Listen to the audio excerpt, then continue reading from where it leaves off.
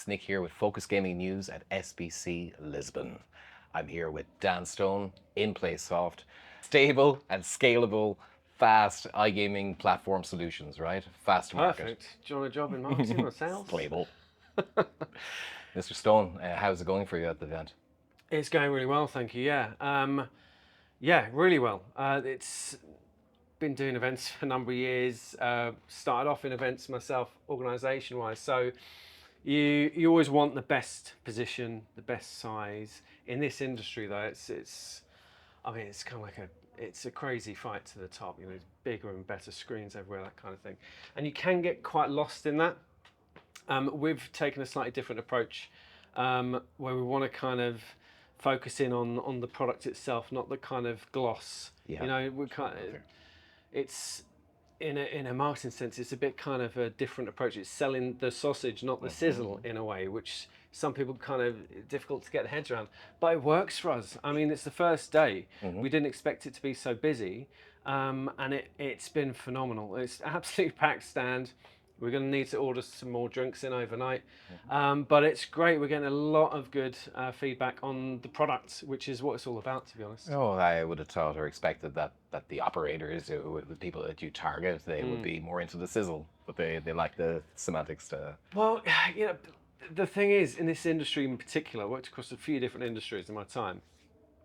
This industry, there's so much sizzle. You can't get away from the sizzle. So I think what we've found especially is, I think operators, again, a little bit saturated by that. And I think they appreciate a little bit more kind of like pared back, dare I say, more honest approach. Just like, look, ignore the kind of glitz and the glam. You want this. You want this Hardcore, the product, the that IT, the works. technology, the code, right? Exactly, yes, exactly. Cool. Tell me a little bit about it, actually, you know, I guess, how you managed to get product to market, etc. Yeah, it's a really interesting story, actually. Well, I think so anyway, because I'm sad. But it was back in 2021.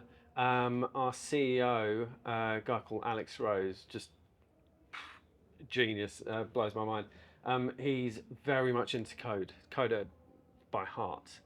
And he started off in the operation side of things, in the gambling sphere.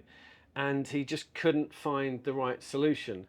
And he just kind of sat down at his computer one time and thought, you know what, I'm going to do this myself if I can't find it off the shelf. And just kind of spent a lot of time, a lot of hours and manpower himself, and through a budding team as well around him. And over like a year or so, kind of developed this code, which I've not seen anything like it, and I know it sounds like hopefully not too much sizzle. Yeah. But it's robust to the level that we haven't had any downtime yet. And I'm always a little bit hesitant in saying that, because we're not arrogant. You know, we know that even the best technology, you can have some kind of unexpected issues come up, and we will address those immediately, of course, with the team. But we just haven't had any downtime yet. It's since 2021, in July 2021, which is phenomenal. I mean, that's just, I've never heard of that before. And 2025, I've heard that you managed to perform like a major integration of a major operator in a very short time, right? Yeah, well, yeah, it's because this is the thing for a lot of existing operations. The fear factor when considering an alternative platform is how do we migrate and minimize the loss of revenue and players, and how quickly can we get back up to the level we were before. You know, even like a couple of hours in terms of the kind of operators. The one we're talking about in particular would have meant millions of euros lost. Absolutely, millions. And it's also the long game, because it's not just the short-term view of, oh, we might lose this many, like 500,000 or something like that, within these few hours. They're not going to come back, and they're likely going to tell. I mean, it's a marketing thing, right? You have a good experience, you tell 2 people. You have a bad experience, you tell 7. 100 or So that's platform. yeah, and it would that would be bad if it weren't such a competitive industry. It's hugely competitive, so that's terrible. So you need to minimize that damage of migration as much as you possibly can. I mean, again, I don't want to blow our own trumpet, but I think it was a month ago, and I won't kind of name the operator in question, but we migrated.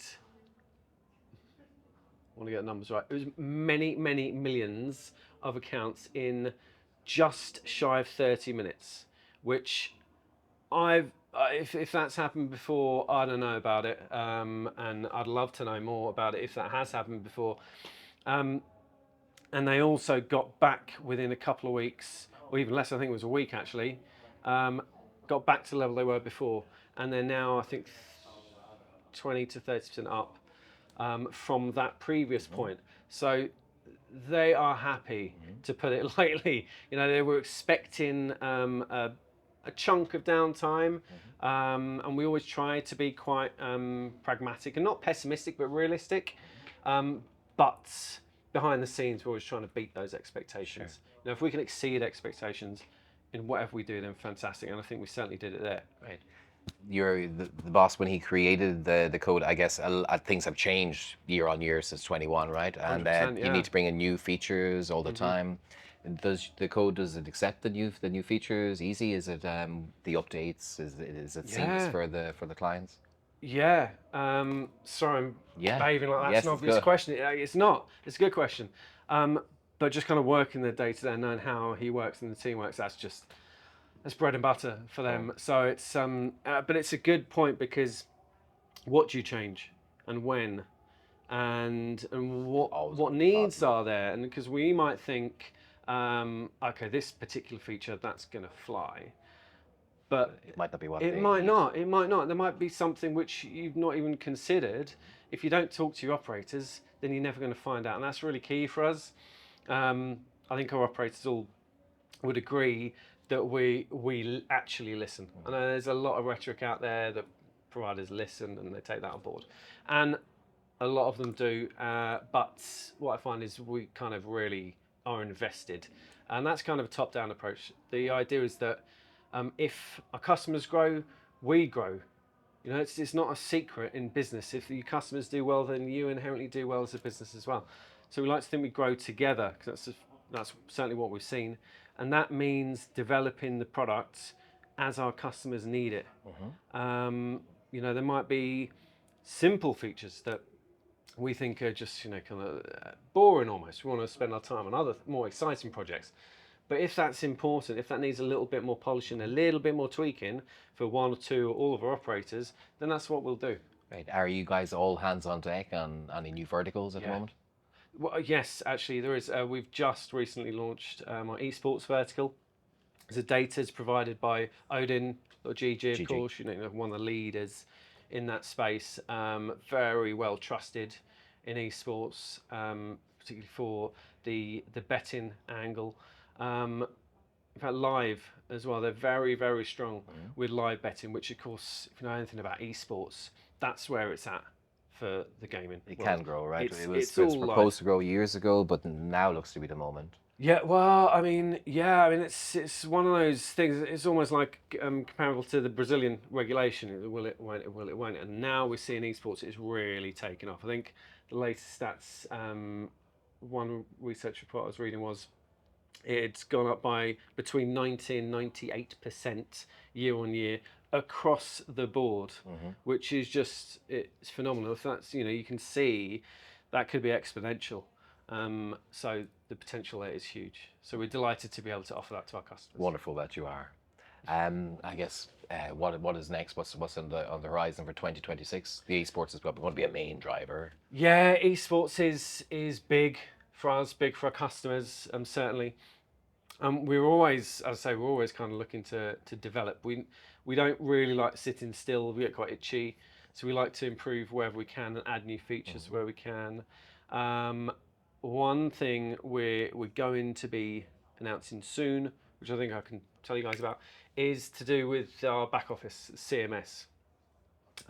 We've always been very customer focused and where there's a need, we will do whatever we need to do to deliver that.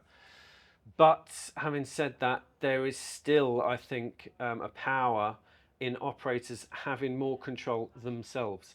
So yeah, okay, you submit hundreds, thousands of tickets or whatever to change this element, that element, whatever you want, you can change it. But there is still that step of relying on the ticketing system, which everyone's used to.